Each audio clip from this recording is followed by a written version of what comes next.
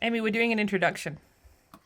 Cool, so introduction. I am here with the homemade country wines book that we have had in our house since I was a wee babby. And I've also got 2 barrels of my neighbour's apples. We're gonna try making some cider. We'll see how this goes. Hi! VoiceOver Amy here to run you through the process. As mentioned, we are using the Homemade Country Wines book, which was first published in 1955, though the copy that I have is from 1976. As a child, I would go out berry picking with my parents, and we'd make lots of different wines and spirits from this book. You can tell we used it a lot, as it is falling apart. The recipe that we've decided to go for was the cottage cider, which has only 5 ingredients: apples, raisins, sugar, yeast, and water. These are 8-gallon barrels, and as you can see, I filled them to the brim.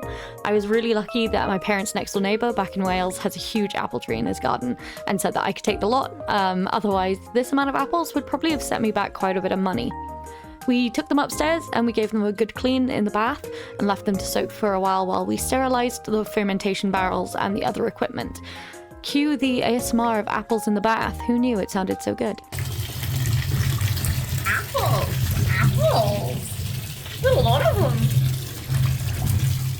Also, this photo looks like it's AI, and it's honestly not. It's insane. Anyway, next we needed to cut up all these apples, and I'm lucky that Holly is a patient housemate. It took us over 3 hours to cut up all these apples.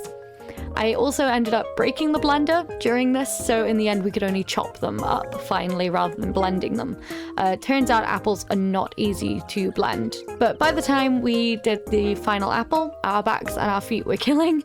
We were hoping to fill each barrel halfway, but soon we realized we didn't have enough apples for that. Then we had all the raisins to chop, but only one of our barrels has the raisins in because I didn't buy enough of them. Next was adding a concerning amount of sugar to each before adding in the yeast.